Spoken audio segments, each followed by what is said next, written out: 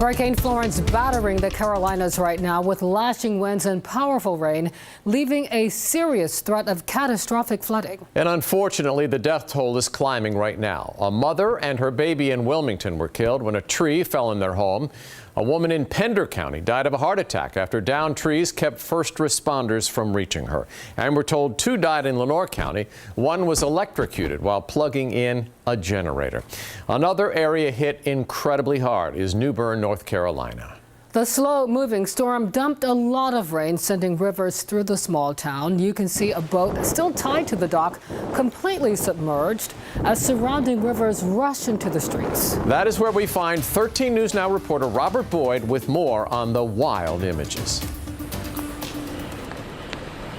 Well, David and Regina, the mayor of New Bern estimates that more than 4,000 residents received flood damage to their homes. I'm standing in the front yard of one of those residents. Take a look behind me right over here. You take a look at the front door. You can see from the debris the high water mark. About 2 feet of water got into that man's living room. Now take a walk with me across his front yard over to this side. Take a look at his street right here. This is Oakland Avenue, more like Oakland River tonight. Look at this. You can see those people wading through right now, almost knee-deep water. You know what that means? Too dangerous for cars and trucks to pass. We've seen a lot of vehicles getting stuck in the water today, people having to be rescued from their vehicles. And right now, really the only way to get to downtown New Bern, which is about 3 miles away, is either on a boat or heavy-duty military type machinery. And right now, that's very important because we've been told up to 150 people who did not evacuate downtown New Bern are now stuck there. Some of them climbing into their attics, on top of the roofs, waiting to be rescued. And again, it's been very tough because you got to have a boat or something heavy-duty. We've seen too many people getting stuck. So those people are being told just to be patient. And even people who haven't experienced flood damage still being very annoyed by this storm. 22,000 people in this New Bern area without power right now. But again, it really comes back down to the flood damage. That's what people are most worried about. And you're going to hear from a homeowner right now who came home to, again, all that water in his living room. Real unexpected, yes. How bad is the damage going to be to your home? This is 2 foot of water in here, so that's completely got to be ripped completely out. The shop over there had about 18 inches of water. Are you worried that your house might not be able to overcome this? No, it'll overcome it. I'll fix it. I just repaired it all a few years ago, so we'll do it back. Is this the worst you've ever seen? Yes, here. And these homeowners now are just waiting this out, wondering when will the rain stop. Some of them actually believe the water is starting to recede. However, it does keep pouring down rain. It has been raining the entire day out here, and it just keeps on raining. So a lot of those people, even people who evacuated and now are at family members' houses or hotel rooms, just sitting and wondering when will they be able to return, hopefully sooner rather than later. But we wish everyone out here in New Bern the best of luck. Live in New Bern, Robert Boyd, 13 News Now. Now, the Outer Banks taking a pretty solid hit from Florence, but this evening, officials announced the evacuation order will be lifted tomorrow.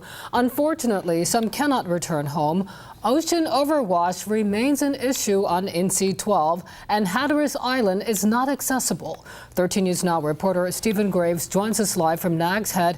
And Stephen, opinions are mixed over these mandatory evacuations.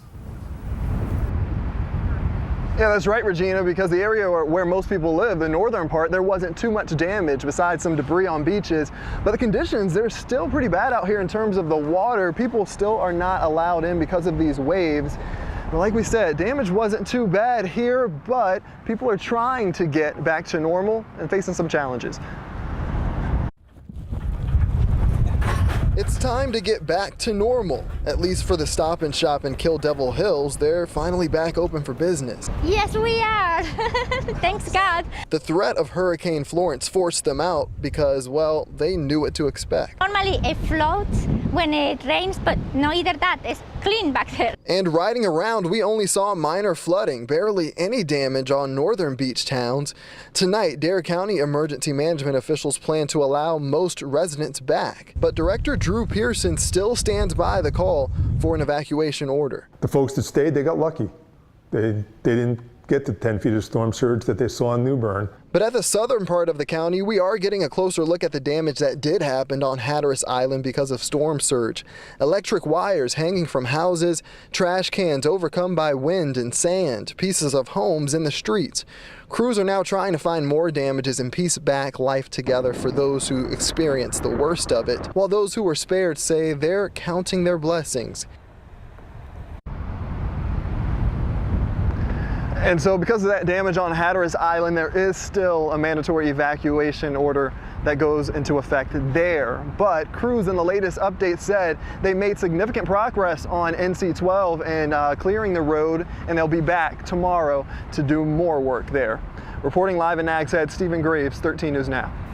All right, just about an hour ago, Florence was downgraded to a tropical storm. Jeff, that's improving, that's better, but this is still dumping amazing amounts of rain. Yeah, because the pressure or the wind speed, both, they make a difference in how the storm is categorized.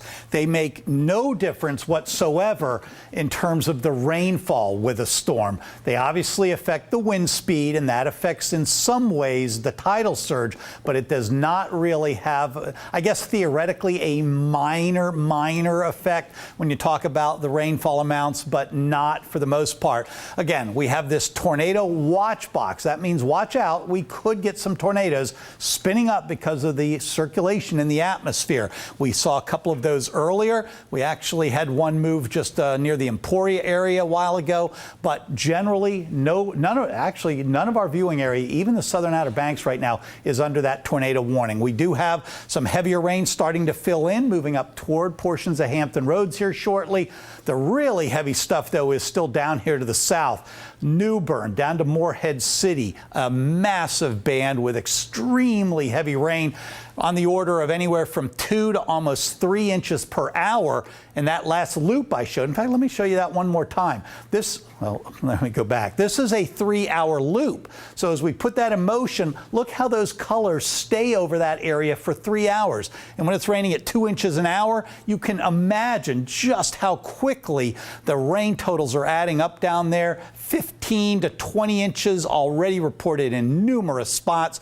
And again, it is going up and going up rapidly, and gradually all of that is going to shift. Even though the cloud tops are what we call warming, they are not as high up into the atmosphere, so they're not quite as potent as they were.